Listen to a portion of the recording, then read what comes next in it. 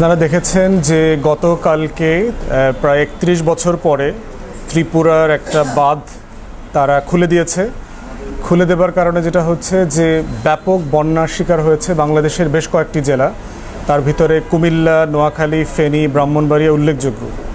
ত্রিপুরা সীমান্তের সাথে যে এলাকাগুলো জড়িত, এবং আমরা যে ভিডিও ছবি দেখলাম, কোথাও কোথাও যে বিদ্যুতের যে খাম্বা আছে, এই খাম্বার একেবারে উপর পর্যন্ত, তারটা যেখানে থাকে এই পর্যন্ত পানি কোনো কোনো জায়গাতে হয়েছে।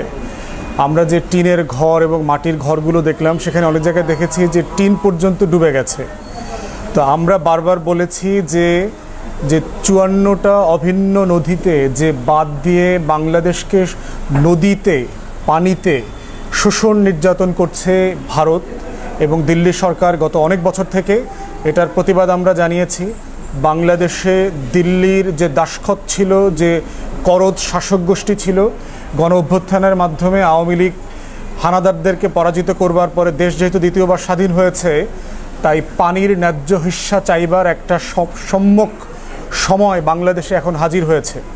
অন্তর্বর্তীকালীন সরকারের কাছে আমরা দাবি করব, ইমিডিয়েটলি বাঁধ কেন ত্রিপুরাতে খুলে দেওয়া হয়েছে এবং আরও ৫৪টা অভিন্ন নদীতে, টিপাইমুখে, তিস্তায়, ব্রহ্মপুত্রে, গঙ্গায়, বিভিন্ন জায়গাতে বাঁধ দিয়ে দিয়ে যে পানি শোষণ করা হচ্ছে, শীতকালে আমাদেরকে পানি থেকে বঞ্চিত করা হচ্ছে, এবং গরমের দিন যখন আমাদের পানির দরকার নাই, বৃষ্টির সময়টাতে, সে সময় পানি দিয়ে আমাদেরকে ডুবিয়ে মারছে।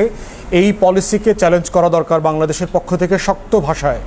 আর দ্বিতীয়ত হচ্ছে, আমরা জিয়াউর রহমানের সময় দেখেছি যে অভিন্ন বিকল্প যে নদী ব্যবস্থাপনার পরিকল্পনা করা হয়েছিল, তখনকার যে নদী বিশেষজ্ঞ BM আব্বাস সাহেবকে দিয়ে প্রকৌশলী, ওনার সেই পরিকল্পনাটাকে ফিরায় নিয়ে আসা দরকার। যেখানে যেখানে কাউন্টার ড্যাম করা দরকার, চীনের সাহায্যে আমাদের তিস্তা বাঁধ করবার যে পরিকল্পনা ইতিমধ্যে পেন্ডিং হয়ে আছে বহু বছর থেকে, সেটা ইমিডিয়েটলি ইমপ্লিমেন্ট করা দরকার। অন্তর্বর্তীকালীন সরকারের যারা এক্সপার্ট আছেন, বাহিরে যারা পানি বিশেষজ্ঞ আছেন, পরিবেশ বিশেষজ্ঞ আছেন, সবাইকে নিয়ে আমরা এটার জন্য টাস্কফোর্স গঠন করে ইমিডিয়েট অ্যাকশন প্ল্যান চাচ্ছি অন্তর্বর্তীকালীন সরকারের কাছ থেকে।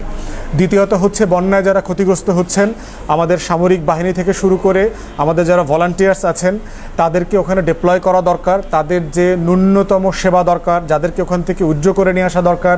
শেল্টার সেন্টার যেটা আছে, আপনার যে বন্যা পরবর্তী যে আবাসন জায়গাগুলো আছে, সেখানে তাদেরকে পুনর্বাসন করবার ব্যবস্থা করা দরকার। খাবার, সুপেয় পানির ব্যবস্থা করা দরকার। যাদের গরু, বাছর, সহায় সম্পদ, ফসল, মাছ, পুকুর সব হারিয়ে গেছে, তাদেরকে কিভাবে ক্ষতিপূরণ দিয়ে আবার স্বাভাবিক জীবনে ফিরিয়ে নিয়ে আসা দরকার, সেটার জন্য আমরা ইমিডিয়েটলি দাবি করছি আমাদের পুরো দোয়া এবং সমবেদনা এই ৪ জেলার মানুষ যারা ক্ষতিগ্রস্ত হয়েছেন, আমাদের নাগরিক, সেই সকল ভাই বোনদের প্রতি।